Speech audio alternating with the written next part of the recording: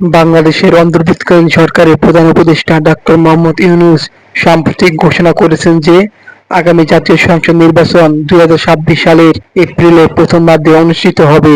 এই ঘোষণা তিনি 6 জুন 2025 তারিখে জাতির উদ্দেশ্যে প্রদত্ত ভাষণ দেন। তিনি আরও জানান, নির্বাচন কমিশন উপযুক্ত সময়ে নির্বাচনে বিস্তারিত রোডম্যাপ প্রকাশ করবে। এই ঘোষণার পর রাজনৈতিক অঙ্গনে মিশ্র প্রতিক্রিয়া দেখা গেছে। বাংলাদেশ জামায়াত ইসলামী এই রোডম্যাপ ঘোষণায় সন্তোষ প্রকাশ করেছেন, তবে বাংলাদেশ জাতীয়তাবাদী দল বিএনপি এই সিদ্ধান্ত প্রত্যাখ্যান করেছেন।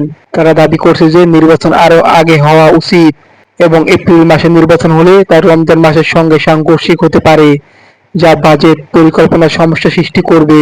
এছাড়া সাবেক প্রধানমন্ত্রী শেখ হাসিনার আওয়ামী লীগ দলটি বর্তমানে নিষিদ্ধ রয়েছে এবং নির্বাচনে অংশগ্রহণ করতে পারবে না।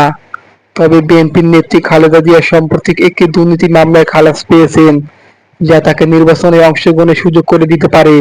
নির্বাচনের সুনির্দিষ্ট তারিখ এবং বিস্তারিত রোডম্যাপ সম্পর্কে আরও তথ্য জানতে নির্বাচন কমিশনের পরবর্তী ঘোষণার জন্য অপেক্ষা করতে হবে।